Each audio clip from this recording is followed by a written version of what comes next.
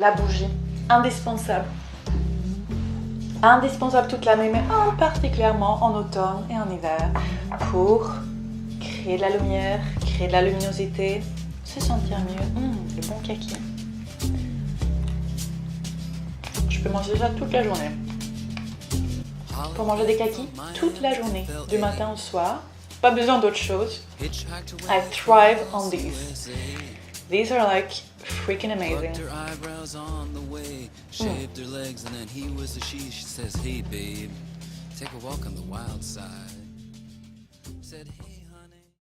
Bonjour tout le monde, j'espère que vous allez bien. Aujourd'hui, on va parler des pratiques à mettre en place pour le changement de saison entre l'été et l'automne, l'hiver.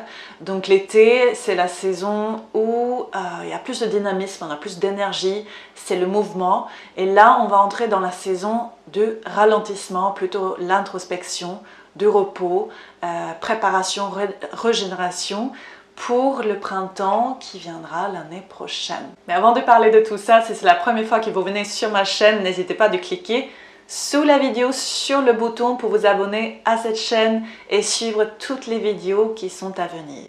Alors comme je vous disais, c'est vraiment la saison de ralentissement qui commence. C'est normal, c'est naturel, biologique de sentir une baisse d'énergie qui s'installe avec l'automne, la saison froide qui vient.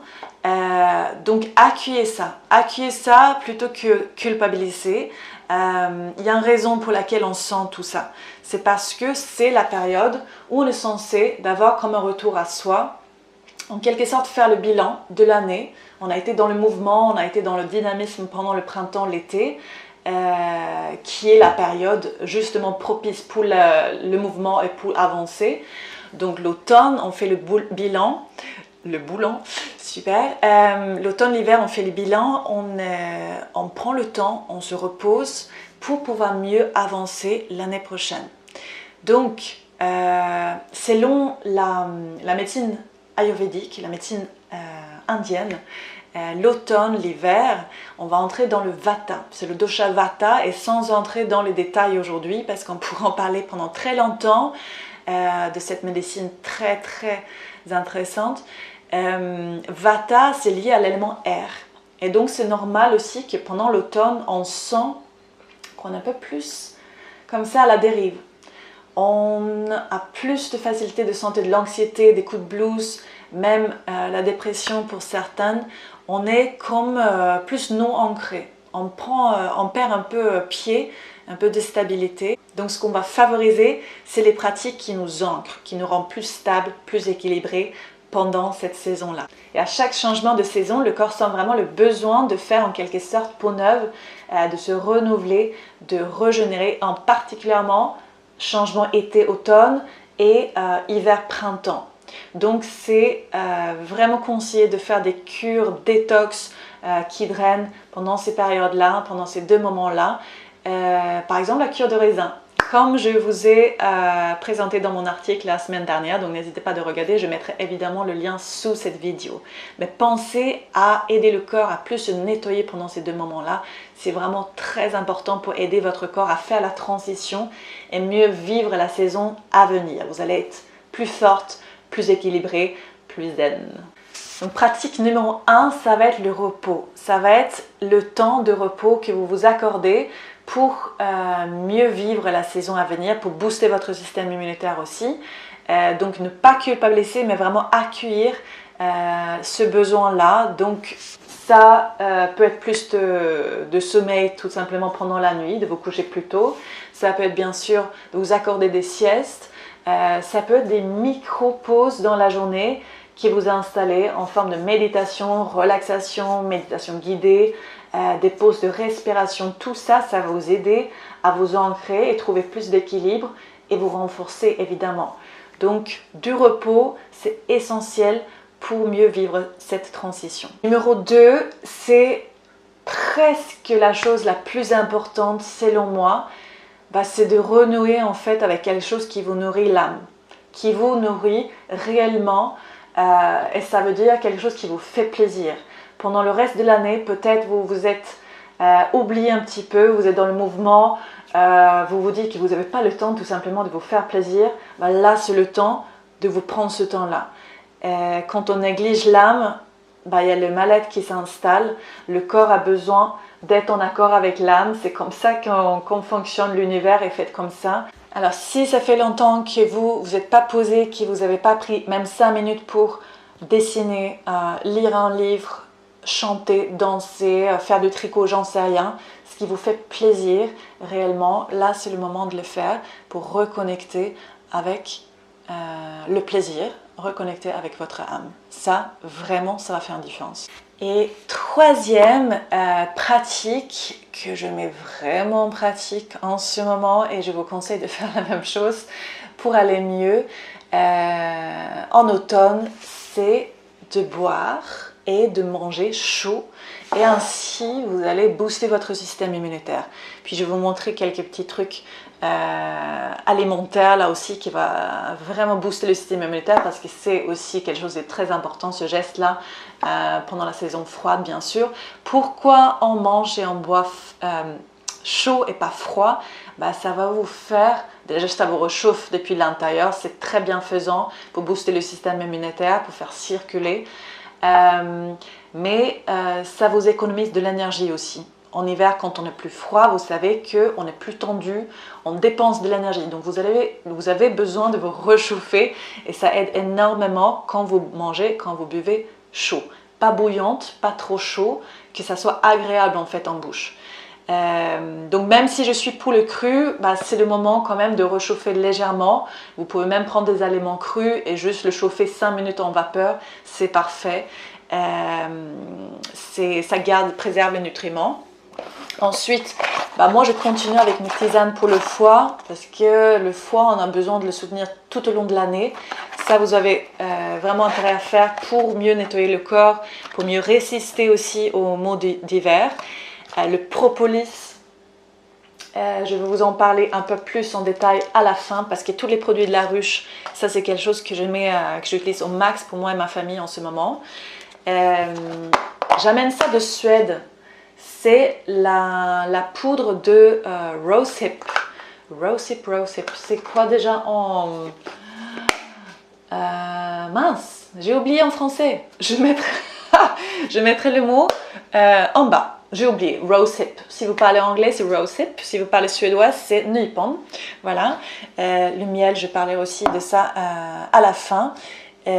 Tout ce qui est de saison, donc par exemple les kakis, ils sont en saison maintenant, les fruits et les légumes de saison, c'est génial. Tous les fruits et légumes de saison, c'est ce qui va vous nourrir le mieux. Ça va être plus riche en nutriments, ça va être plus goûteux, local bien sûr si possible, c'est encore mieux pour préserver l'environnement. Je ne peux pas le dire assez, c'est un cercle vertueux qu'on crée en consommant de local. Donc par exemple les racines, les légumes racines en ce moment, c'est ça qui va vraiment vous nourrir et vous ancrer. C'est vraiment en lien aussi avec l'ancrage. Donc topinambour, panais, patates, carottes, tout ça, mais en abondance. Vapeur, privilégiez vraiment cuisson vapeur, et continuez avec les crudités si vous supportez bien ça, parce que ça vous nourrit vraiment bien. Ensuite, pour les tisanes, par exemple là le gingembre qui est très anti-inflammatoire, qui est tonifiant. Ensuite la cannelle qui est antibactérienne, stimulante. Cardamome, tonique, stimulante. Le thym, antiseptique, antibactérien, que je bois tous les matins en ce moment. Je le donne à mon fils aussi quand on va à l'école, il a son petit biberon au gobelet avec thym ou romarin. Voilà, on alterne, c'est très très bien pour la gorge. Le romarin justement est fortifiant et antitussif, donc ça lutte contre la toux. Le clou de girofle qui est désinfectant, tout ça, ça réchauffe, ça booste l'immunité. Le clou de girofle, c'est génial. Vous allez sentir que c'est vraiment stimulant. Tous ces épices, j'ai beaucoup utilisé en Suède. J'ai grandi avec ça, on le met un peu partout. C'est goûteux et ça stimule, ça a vraiment plein de vertus, tous ces plantes et ces épices. Donc pas seulement en tisane, mais vraiment saupoudré tous les jours sur vos plats et varier. Le corps adore quand on varie. Le corps déteste quand on fait la même chose jour après jour, donc essayez de vraiment varier vos plaisirs. Ensuite, passer du temps dans la nature, ça c'est un geste qui régénère. Vous savez que la nature, on est fait pour vivre avec la nature, on est un avec la nature, on se déconnecte complètement. Mais là, justement, en automne, il y a toutes ces belles couleurs. Sortez faire des balades en forêt. Vous sortez 2 heures, vous revenez, vous êtes vraiment régénéré, le cerveau est reposé. Il y a plein d'études là-dessus qui montrent à quel point le stress baisse, le cortisol baisse quand on passe du temps dans la nature. Si vous n'avez pas une forêt à côté, essayez de faire des week-ends le plus souvent en dehors de la ville. 2, passer du temps dans les parcs, ça compte aussi. Jardiner un peu à la maison, planter des petites herbes que vous utilisez ensuite dans votre tisane, le romarin, le thym, tout ça, hyper facile à mettre en petits pots. Aujourd'hui, vous montrer, j'en ai là. La prochaine fois, je vous montrerai. Ça pousse très bien et vous le mettez dans un peu d'eau chaude et vous buvez un cocktail médicinal incroyable. Ensuite, on a les produits de la ruche. Ça, c'est la partie alimentation. J'insiste vraiment là-dessus pour l'automne et pour l'hiver. C'est la seule chose que j'utilise en fait en lien avec aussi les huiles essentielles pour moi et ma famille. C'est notre petite pharmacie naturelle. Produits de la ruche, les huiles essentielles. Regardez d'ailleurs la vidéo sur les huiles essentielles que j'ai fait la semaine dernière. Vous regardez sur la vidéo, je mettrai le lien.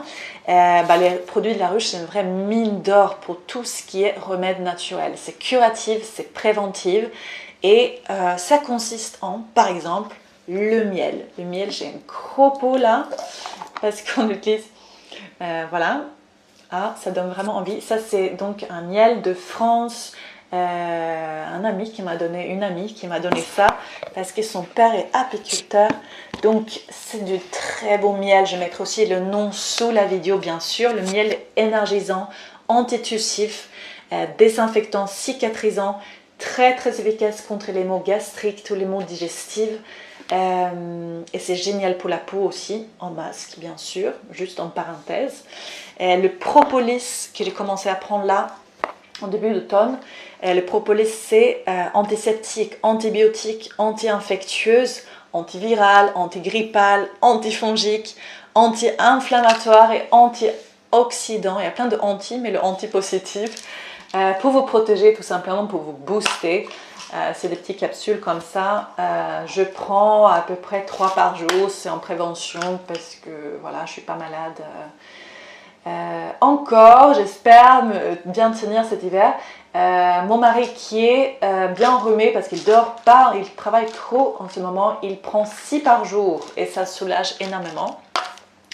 Ensuite, propolis, le pollen frais. Et je vais vous montrer ce que je fais avec le pollen frais.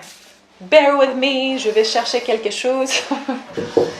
Alors, ce que je fais avec le pollen frais, tous les matins, pour moi et mon fils, je fais un pudding au chia.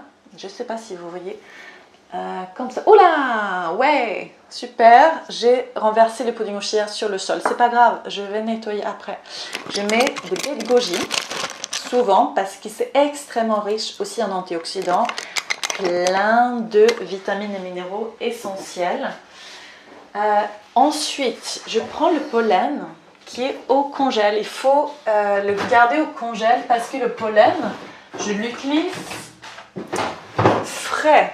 Et pourquoi frais? Parce que quand le pollen est frais, il est vraiment antioxydant. Dans ce cas-là, c'est l'aliment parmi les aliments les plus riches en antioxydants. Je mets à peu près 2 cuillères à café pour moi sur mon pudding au chia. Ou dans mon smoothie, sur votre tartine, vous pouvez l'utiliser partout. Pour mon fils, c'est 1 cuillère à café. Le pollen sec, ça ne va pas du tout avoir les mêmes effets, ça n'apporte pas autant de bienfaits, parce que quand il est frais, je vous disais, c'est antioxydant, reminéralisant, extrêmement riche en minéraux, tonifiant, rééquilibrant, désintoxiquant. C'est conseillé en cas de fatigue passagère ou chronique. Anémie, colite, constipation, autres maux liés à la digestion, au système digestif, à l'anxiété, bye bye la serviette, l'insomnie, c'est important ou intéressant pour la croissance, si vous avez un manque d'appétit, etc. En fait, la liste pourrait continuer et continuer. C'est vraiment un élément qui est très complet, mais attention, on consomme frais parce que comme ça, il garde tous les bienfaits. Donc c'est le pollen frais de cyste que je consomme. Vous avez vu cette belle couleur? Je ne sais pas si vous voyez. En tout cas, c'est très jaune comme le soleil, c'est très beau. Et le pollen de 6, c'est un peu le pollen de base pour moi, pour ma famille, parce que ça booste vraiment le système immunitaire, parce que ça rééquilibre la flore intestinale. Et vous savez que la flore, c'est le siège de notre système immunitaire. Et c'est tellement rééquilibrant pour tout l'organisme que le pollen de 6, c'est notre pollen de base. 2 cuillères à café pour moi et mon mari et 1 cuillère à café pour mon fils tous les matins. Il adore ça. Vous pouvez le prendre juste à la petite cuillère aussi si vous voulez. Les graines de chia sont vraiment riches en oméga 3. J'essaye de booster le taux en oméga 3 tous les jours parce qu'on n'en a pas assez tout simplement. Dans l'alimentation classique, on ne pourrait jamais manger autant de poissons gras pour atteindre ce niveau-là, qui sera optimal en fait pour notre organisme. L'oméga 3, on en a besoin pour le bien-être général, pour l'équilibre émotionnel, l'équilibre hormonal, la peau, les cheveux. Donc c'est important de compléter avec des aliments très denses, riches en oméga 3 par exemple. Les graines de chia pour faire un délicieux pudding, par exemple le matin, qui va vraiment vous caler en plus. C'est un coupe-faim naturel. J'espère que cette vidéo vous a plu, j'espère que j'ai pu vous apporter quelques conseils bien-être à mettre en pratique pour la transition été, automne, automne-hiver, parce que ne pas négliger que c'est une période qui bouleverse réellement le corps en interne, en externe. Donc c'est important de prendre soin de vous maintenant, peut-être plus que jamais pendant l'année. Et vous voyez, c'est des pratiques assez simples en fait à mettre en place, mais ça fait toute la différence. N'hésitez pas aussi de partager cette vidéo avec vos proches, avec vos amis si ça vous a plu et laissez-moi vos commentaires sous cette vidéo, je me ferai toujours un plaisir d'y répondre. Petite pause pour faire grandir cette communauté, ça me fera plaisir et je vous dis à très vite. Je vous embrasse, belle journée, ciao.